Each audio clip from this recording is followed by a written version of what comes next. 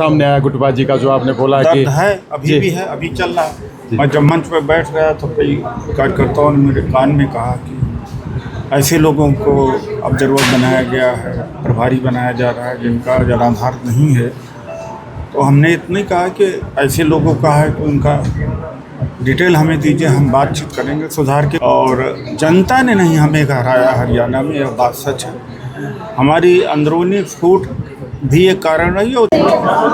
जय हिंद दोस्तों, नमस्कार। अभी जो तस्वीरें आप देख पा रहे हैं जाट धर्मशाला हिसार से, और खास बात है कि विधानसभा में कांग्रेस की हार के बाद डॉक्टर उदित राज, पूर्व लोकसभा सांसद, आज हिसार पहुंचे हैं कि किसी का प्रोग्राम था, कर्मचारी कामगार जो यूनियन है कांग्रेस का, उसका प्रोग्राम था। क्या कहना है उनको वो जानेंगे, बात करेंगे। विधानसभा में कांग्रेस की हार के बाद पहली बार आप हिसार पहुंचे हैं। हाँ, लेकिन हार का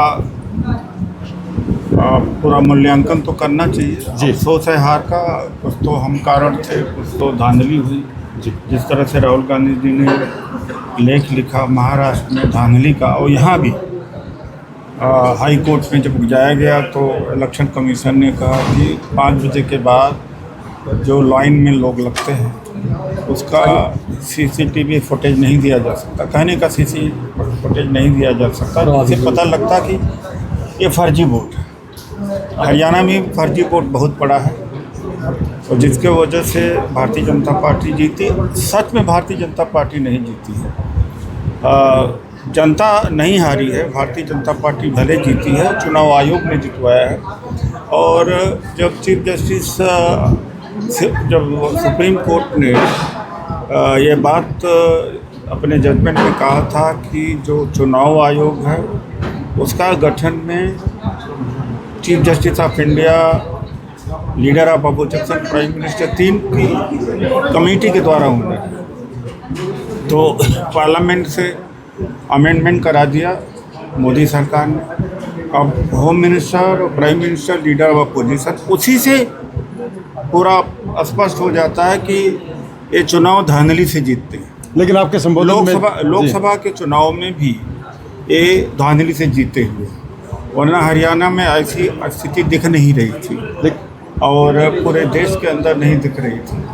तो जो राहुल जी ने चुनाव में धांधली के सवाल उठाए उसका जवाब नहीं मिला है। और आज जो यहाँ पर बैठक थी, कार्यकर्ता बैठक थी, नरेश मलिक जी ने या हमारे प्रदेश के हमारे चेयरमैन हैं तनवीर जी हैं, प्रभारी सोनी जी। तो कार्यकर्ता बैठक थी, कार्यकर्ताओं को मैंने संबोधित करते हुए कहा कि हमारा विभाग तो असंगठित कामगार का है, नरेगा में बड़ा भ्रष्टाचार है, बीओसी में है, हर जगह भ्रष्टाचार। उसी समय हमने यह भी बात उठाई कि कैसे हमारी भी कमजोरी रही जिसकी वजह से हम चुनाव जीते, चाह जी। लेकिन संबोधन में आपका दर्द सामने आया गुटबाजी का, जो आपने बोला कि दर्द है, अभी भी है, अभी चल रहा है। मैं जब मंच पर बैठ गया तो कई कार्यकर्ताओं ने मेरे कान में कहा कि ऐसे लोगों को अब जरूरत बनाया गया है, प्रभारी बनाया जा रहा है जिनका जनाधार नहीं है। तो हमने इतना ही कहा कि ऐसे लोगों का है तो उनका डिटेल हमें दीजिए, हम बातचीत करेंगे, सुधार की गुंजाइश तो होती है। और जनता ने नहीं हमें हराया हरियाणा में, यह बात सच है। हमारी अंदरूनी फूट भी एक कारण रही है, और चुनाव आयोग के द्वारा धांधली तो बड़ा कारण है जी। तो कैसे दुरुस्त होगी ये चीज़ें? जो अब दुरुस्त हो रहा, हमारे नए प्रभारी बने हुए हैं बीके हरिप्रसाद जी, उनका अनुभव रहा है, पहले से रहा अनुभव, उनके अनुभव का लाभ लिया जाएगा। और किसी का मोनोपोली नहीं होगी, मोनोपोली से दिक्कत होती। जब 10 साल से जिला की कमेटी नहीं बनने पा रही है तो हाई कमांड को प्रिवेल करना चाहिए और समझाना चाहिए। नहीं समझ में आए तो कड़ा एक्शन लेना चाहिए कि आपकी जब जिला की कमेटी नहीं है, ब्लॉक की कमेटी नहीं, तो चुनाव कैसे जीते जी। सर, कार्यकर्ता सम्मेलन रखा है, कार्यकर्ताओं को क्या कुछ मैसेज दिया गया है? कार्यकर्ताओं ने मैसेज दिया, जो कार्यकर्ता हमारे बीच में है, जो असंगठित कामगार है, वो चाहे रेहड़ी पट्टी वाले हो, हॉकर्स हो, इलेक्ट्रीशियन हो, दर्जी हो, या कंस्ट्रक्शन क्षेत्र में काम कर रहे हो, नरेगा में है, उनको उनकी मजदूरी सही मिल रही कि नहीं मिल रही, उनके घंटे का काम कितना है, ज़्यादा तो नहीं कराया जा रहा, ओवर टाइम हो रहा है, दिया जा रहा है कि नहीं, उनका प्रोविडेंट फंड कटता है तो जमा होता नहीं, ESI उनका कट रही है कि नहीं, सुविधाएं हैं कि नहीं है, कितने मिनिमम वेजेज हैं, किस तरह का उनका शोषण हो रहा है। ये बहुत बड़ा सेक्टर है। कुल मिलाकर इस देश के अंदर लगभग 44 करोड़ असंगठित कामगार हैं, उनके बीच जाना चाहिए।